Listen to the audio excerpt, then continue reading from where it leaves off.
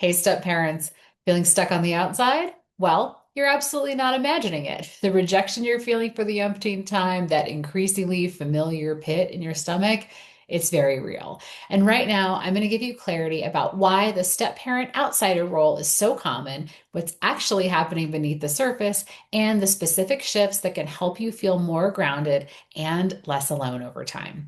I'm Alex Harrison. I'm a licensed therapist, step family coach, and I help step families move from chaos and conflict to real connection.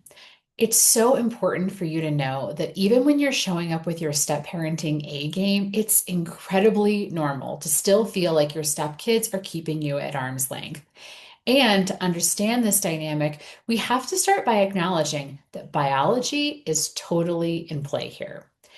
As humans, we're hardwired to feel attached and bonded to our biological parents, those people that held us in their arms in the minutes after we were born. So, kids are pretty much always going to seek out their parents first as their key source of comfort, security, and emotional safety. So, when your stepdaughter comes through the door from school and like blows right past you so she can tell her dad about the A she got on her math test, it's really not about you not being the right kind of stepmom. It's about a neurobiological attachment, one that existed before you came into the picture.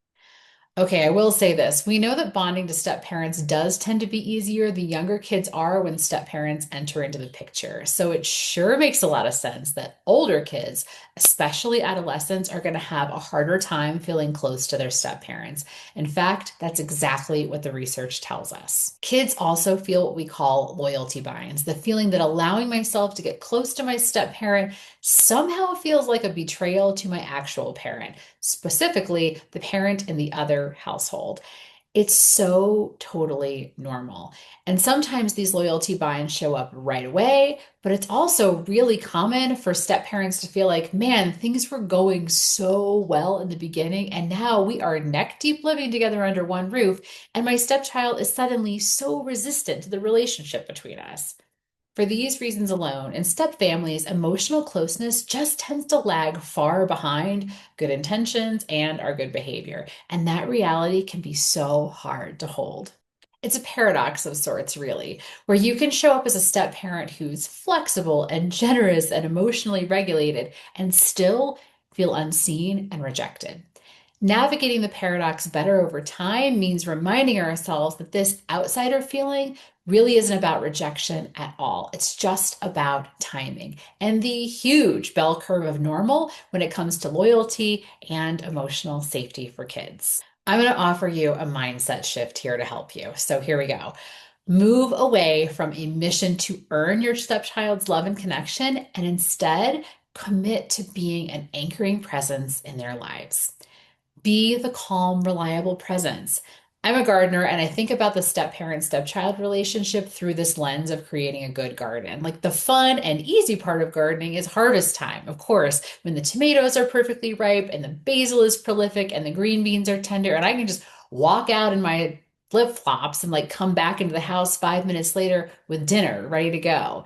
But all that awesomeness follows months of preparation that's totally unsexy and unfun. Cleaning out the growth from last year's garden, tilling the soil, adding chicken poop from my neighbor's chickens, and working it into my garden beds. And my God, the weeding. All the weeding I do on my hands and knees so that the young plants have room to grow. When you're the anchoring presence in your stepkids' lives, you are tending the landscape of their emotional safety that gives them room to naturally grow closer to you over time on their own timetable.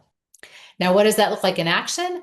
Well, when my stepsons tell me at dinner time that their mom makes a better meatloaf than I do, I tell them, I'm glad she's such a great cook. And then I ask them if they know her secret ingredient that makes it so good. I don't take it personally. If your teenage stepdaughter turns down your offer to take her shopping, take a deep breath, go run your errands, and just remind yourself that it is super normal for teenagers to just want space, whether you're the step parent or the bio parent. Being an anchored step parent also means looking to your partner for support when you feel lonely on the outside. You do not have to pretend like it's not a real feeling. And guess what? You don't just have to swallow it. And if you're a parent partner listening to this right now, oh my gosh, make some room for giving your partner some comfort and acknowledge the hard spot you know they're in. So, step parents, if you're feeling like an outsider, it doesn't mean that you don't belong. It just means that you're early in a process that moves slowly and unevenly.